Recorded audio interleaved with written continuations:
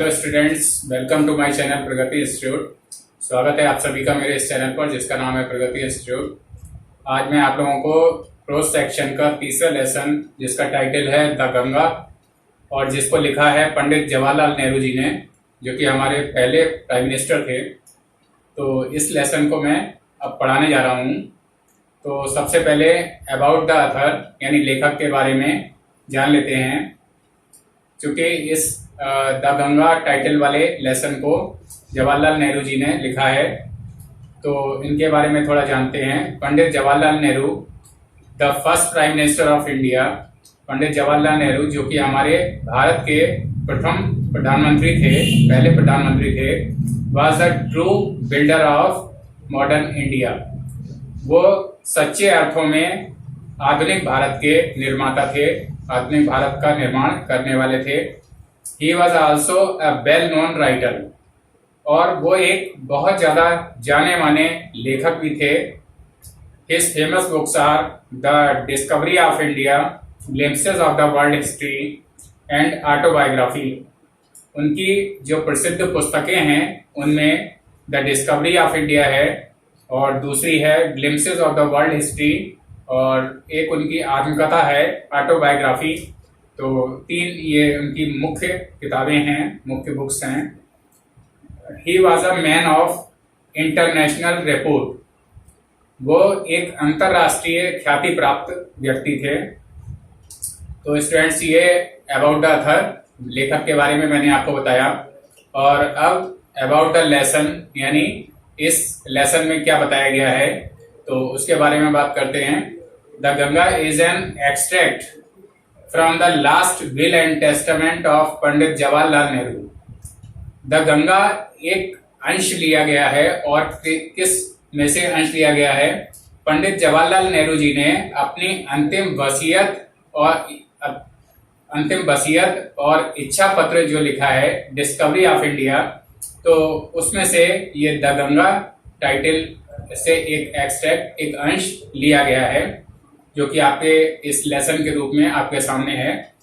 He expresses his gratitude to the people of India। वो भारत के लोगों के प्रति ग्रेटिट्यूड यानी कृतज्ञता, अपनी कृतज्ञता प्रकट करते हैं। For their love and affection।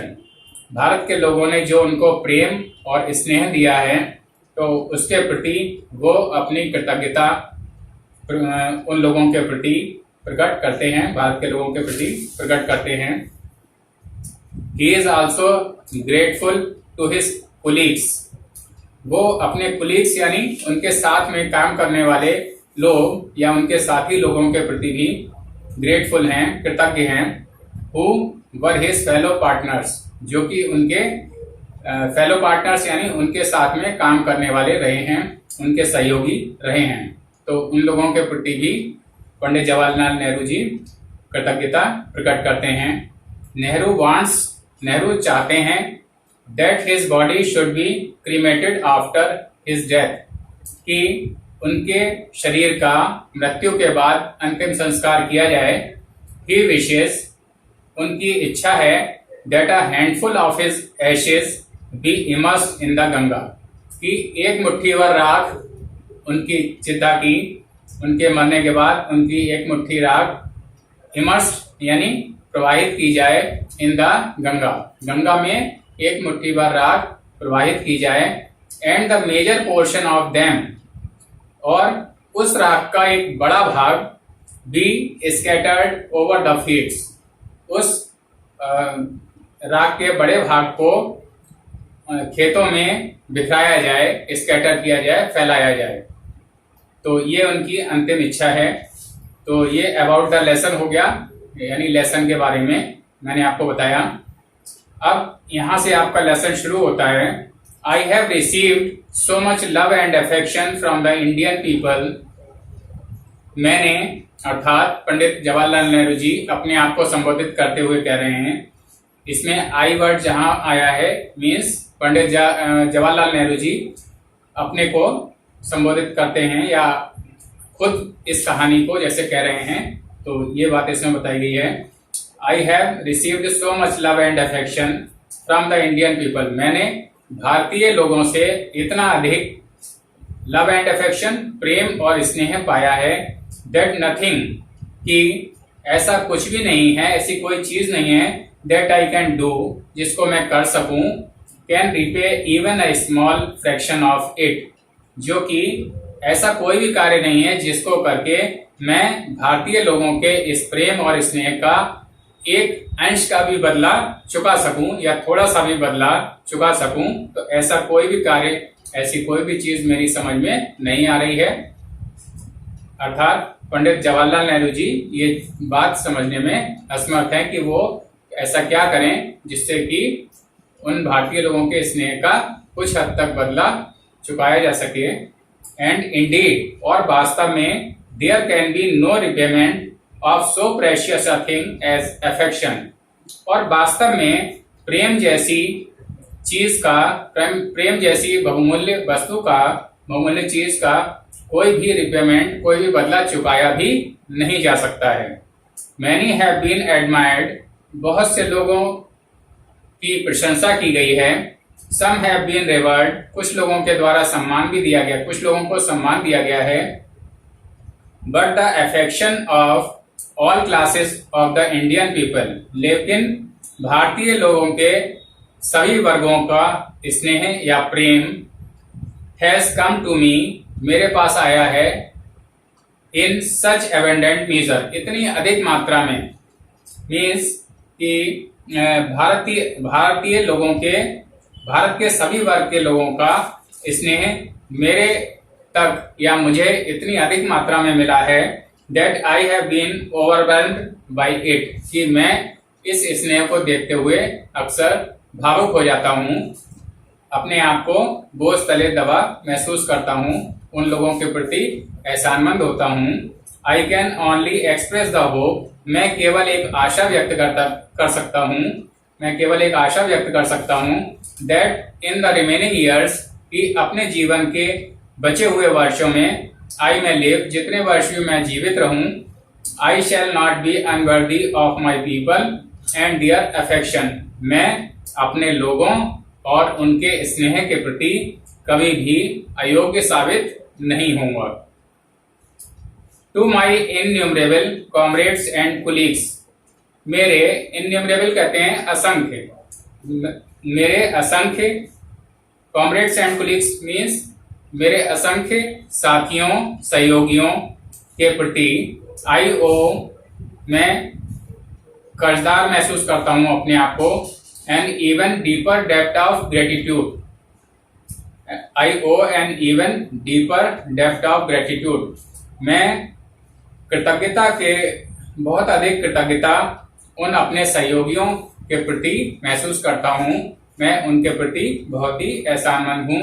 We have been joint partners in great undertakings, great undertakings कहते हैं महान कार्यों, बड़े बड़े कार्यों, हम सभी लोग महान कार्यों में, बड़े बड़े कार्यों में सहभागी रहे हैं, यानी हम लोगों ने मिलकर बड़े बड़े कार्यों को किया है। And have shared the Triumph and Saroj which inevitably accompany them, और उन बड़े बड़े कार्यों में हम लोगों को जो भी विजय अथवा दुख, विजय या पराजय जो कुछ भी मिला है, उन सभी को हम लोगों ने आपस में बांटा है। विच इनएविटेबली अकम्पनी देम, जो कि अनिवार्य रूप से उन महान कार्यों के साथ साथ जो भी विजय या पराजय हम लोगों को मिली हैं, उन सभी को हमने आपस में शेयर किया है, बांटा है।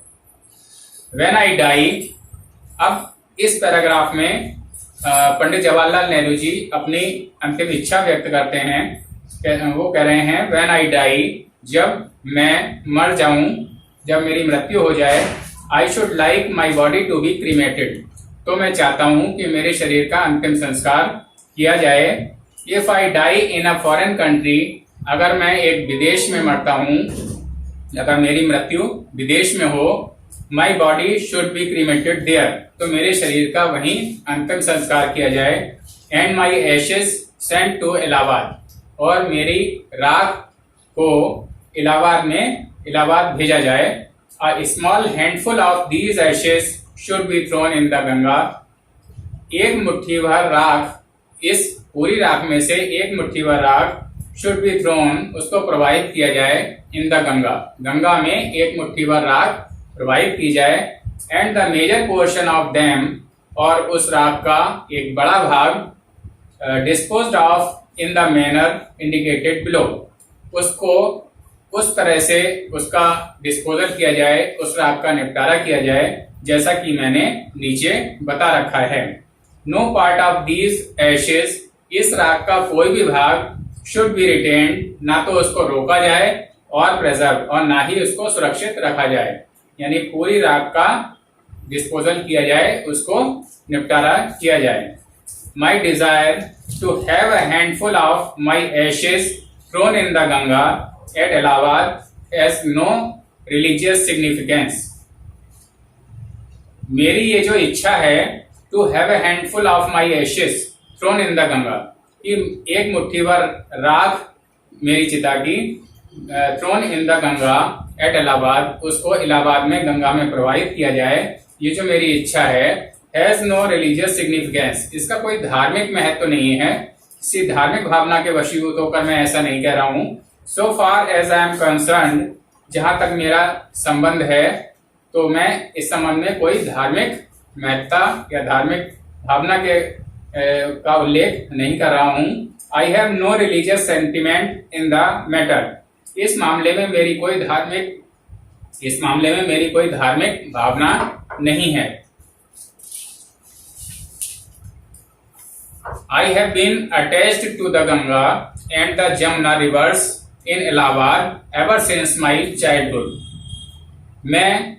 I have been attached, मैं जुड़ा रहा हूँ to the Ganga, यानी गंगा से मेरा लगाव रहा है, and the Jamna rivers, और जमुना नदी से भी, in इलाहाबाद में गंगा और यमुना नदियों से मेरा जो लगाव है, जो जुड़ाव है, ever since my childhood, वो मेरे बचपन से ही है।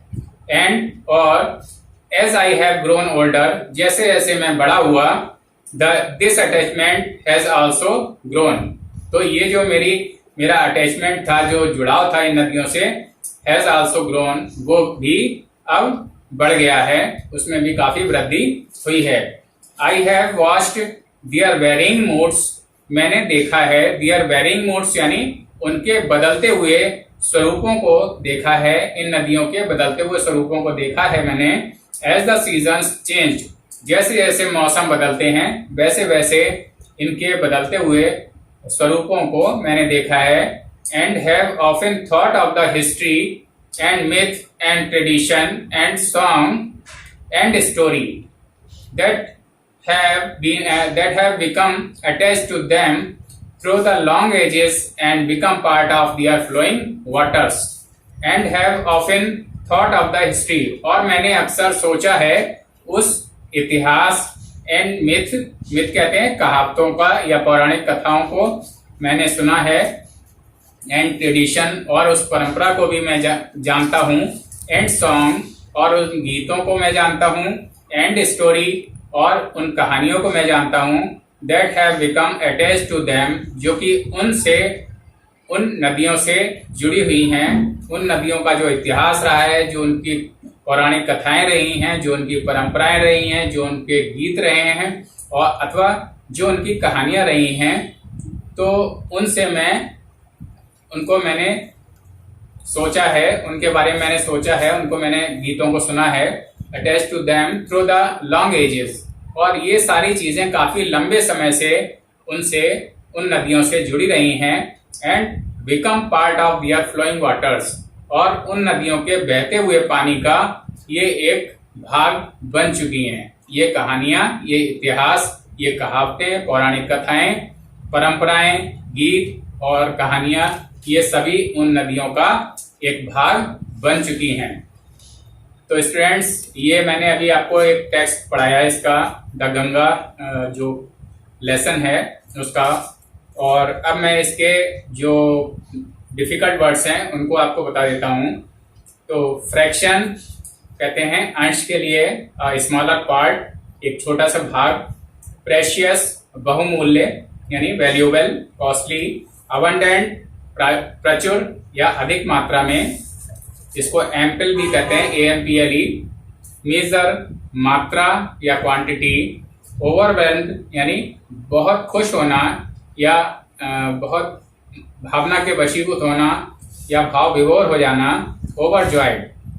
कॉमरेड्स कहते हैं साथियों के लिए, फेलोज या कंपेनियंस, कोलीग्स सहकर्मी, को वर्कर्स जिनको कहते हैं साथ में काम करने वाले, वो कोलीग्स कहलाते हैं। ग्रेटिट्यूड यानी कृतज्ञता, a sense of obligation, undertakings यानी कार्य, ह्यूज टास्क बड़े बड़े कार्यों को कहते हैं अंडरटेकिंग्स।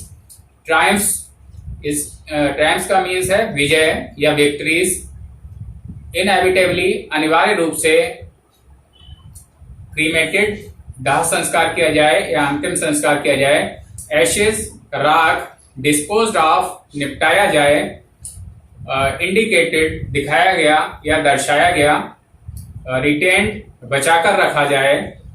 प्रेजर्व्ड यानी सुरक्षित रखना। और हैंडफुल मुट्ठी भर, एक मुट्ठी भर। सिग्निफिकेंस महत्व। कंसर्न संबंधित यानी रिलेटेड टू। सेंटिमेंट भावना। इमोशन अटैच्ड यानी लगाव रहा या जुड़ गए, एनेक्स्ड। और वेरिंग बदलते हुए यानी चेंजिंग।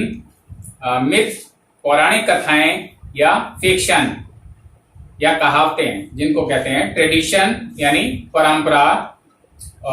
ओल्ड कस्टम्स पुरानी परंपराएं जो हैं उनको ट्रेडिशन कहते हैं। तो स्टूडेंट्स ये डिफिकल्ट वर्ड्स थे जिनको मैंने आपको अभी ओरली बता दिया और अब मैं बोर्ड पर लिखकर आपको बता देता हूं। वेल स्टूडेंट्स, तो अभी मैंने जो आपको टेक्स्ट पढ़ाया था तो उसके डिफिकल्ट वर्ड्स मैंने ओरली आपको बता दिए थे, अब बोर्ड पर लिख दिए हैं, तो एक बार फिर समझ लें। फ्रैक्शन कहते हैं अंश या भाग को। प्रेशियस बहुमूल्य। अबंडेंट यानी अधिक या प्रचुर मात्रा में। मेजर मात्रा। ओवरवेल्म्ड यानी बहुत खुश होना, ओवरजॉयड हो जाना। कॉमरेड्स साथी। कोलीग्स साथ में काम करने वाले जो लोग होते हैं उनको कोलीग्स कहते हैं। ग्रेटिट्यूड कृतज्ञता या एहसानमंद होना। अंडरटेकिंग्स कार्य। ट्रायम्फ्स विजय, विक्ट्रीज जिनको कहते हैं। इनएविटेबली अनिवार्य रूप से। क्रीमेटेड दाह संस्कार किया जाना, अंतिम संस्कार किया जाना। एशेस राख। डिस्पोज्ड ऑफ यानी उसका निपटारा किया जाए। इंडिकेटेड दिखाया गया। रिटेन्ड बचाकर रखा जाए। प्रेजर्व्ड यानी सुरक्षित रखना। हैंडफुल मुट्ठी भर। सिग्निफिकेंस महत्व। कंसर्न संबंधित। सेंटिमेंट भावना। अटैच्ड लगाव या जुड़ाव रहना। वेरिंग बदलते हुए। मिथ पौराणिक कथाएं। ट्रेडिशन परंपरा। तो ये डिफिकल्ट वर्ड्स थे जो मैंने आपको बता दिए। और अब इस वीडियो में जो मैंने टेक्स्ट पढ़ाया है या जो मीनिंग्स बताए हैं, तो इनमें अगर आपको कोई प्रॉब्लम हो तो आप नीचे कमेंट बॉक्स में लिखकर मेरे से पूछ सकते हैं या इंस्टाग्राम पे भी फॉलो कर सकते हैं। और अभी तक अगर आप लोगों ने मेरा चैनल सब्सक्राइब नहीं किया है तो चैनल सब्सक्राइब कर लें, जिससे आपको सभी नोटिफिकेशन सही समय पर और सबसे पहले मिलते रहें।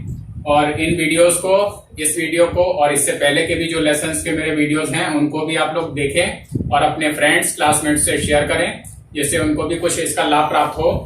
स्टूडेंट्स, एक बात और जरूरी लगी कि इसका जो ये इस लेसन का फर्स्ट पार्ट है और इसका जो रिमेनिंग पोर्शन है, बचा हुआ जो भाग है, वो मेरे नेक्स्ट वीडियो में है, तो उस वीडियो को भी देखना ना भूलें और उस वीडियो को शुरू से आखिर तक देखें और इसको भी देखें, जिससे आपको पूरा लेसन अच्छे से समझ में आ जाएगा और आप लोग कॉम्प्रिहेंशन वगैरह सब अच्छे से कर पाएंगे। तो इस वीडियो को मैं यहीं पर एंड करता हूँ।